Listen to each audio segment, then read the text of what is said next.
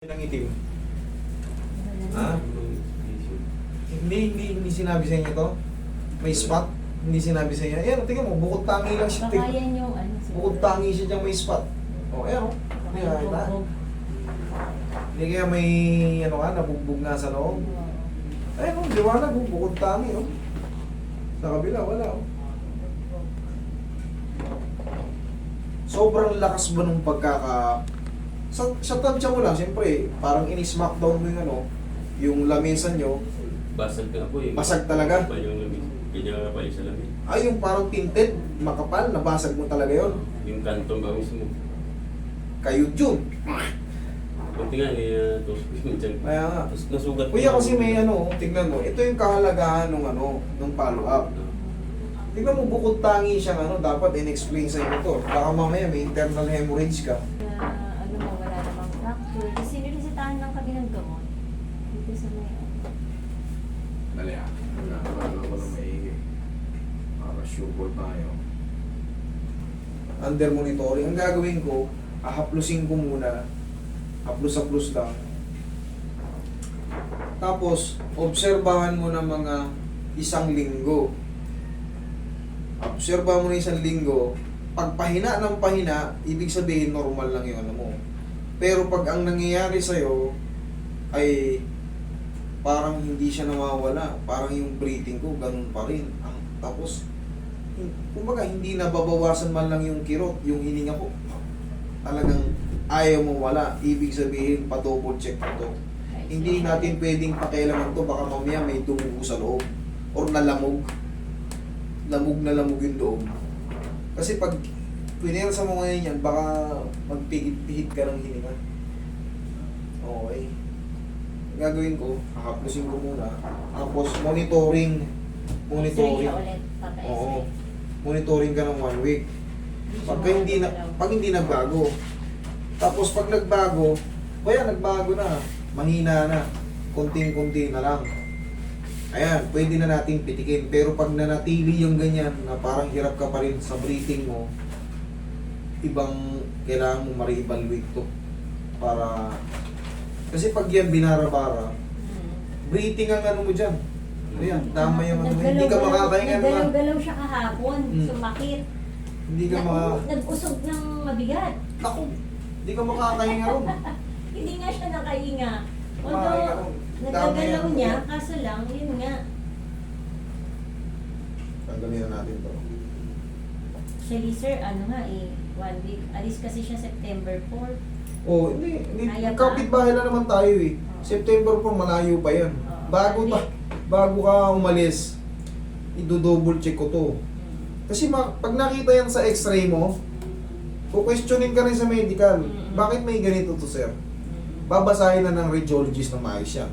Eh ngayon, hindi naman binasa eh. Sabi nyo, pina-x-ray nyo lang eh. Hindi nyo binasa Sabi eh. kasi ng doktor, dapat pala na. Hindi pa kailangan pabasa yun doon ba kanina. Oh, kahit dito, kung may kakilala kayo rito, bukas yan sila dyan eh. Saan dyan? Dito.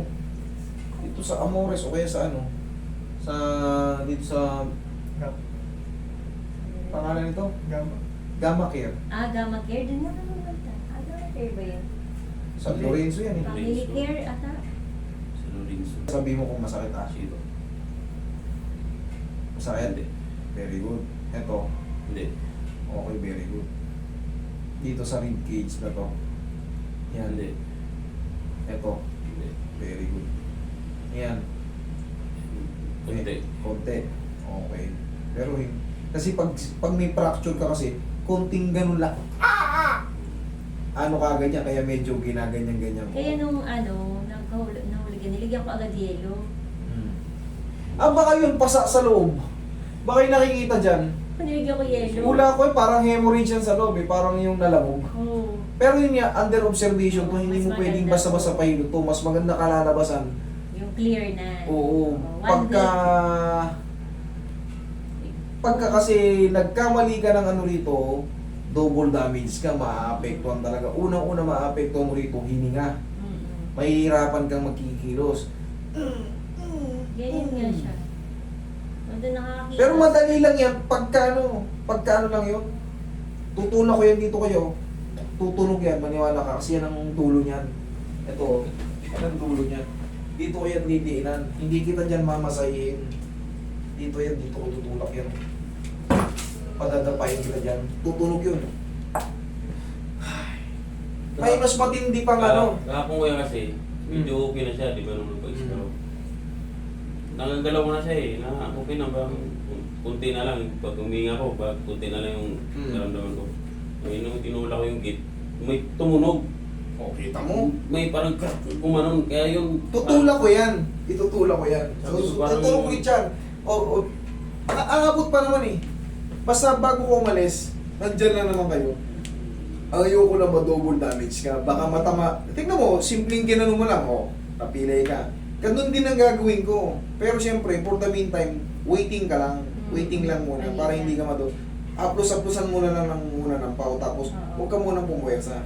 Kasi may something doon na hindi maayano eh. Hindi na ipaliwanag sa inyo ng doktor eh. Baka kasi, ano yun. Siyempre, parang lamog na yung dito mo, ginanon ko pa. Ang mararamdaman mo, lalo ka lang masasaktan. Kaya ang ginawa ko, kinapa ko yung mga buto-buto mo dyan sa ribs. Parang sinusukat ko kung may basag talaga. Kasi sometimes hindi perfect. Nobody's perfect. Kaya ang dami ko na na-encounter dito. Okay yan, pero yung tao. Ganun talaga. Pero magkaganon mo man kuya. Total, magkapit-bahay lang tayo. Ano-ano ka lang. Rest muna. Tapos update ka lang sa akin. Sige po. Ha? Wala naman kayong babayaran dyan. Sige po. Okay? Basta. Ay,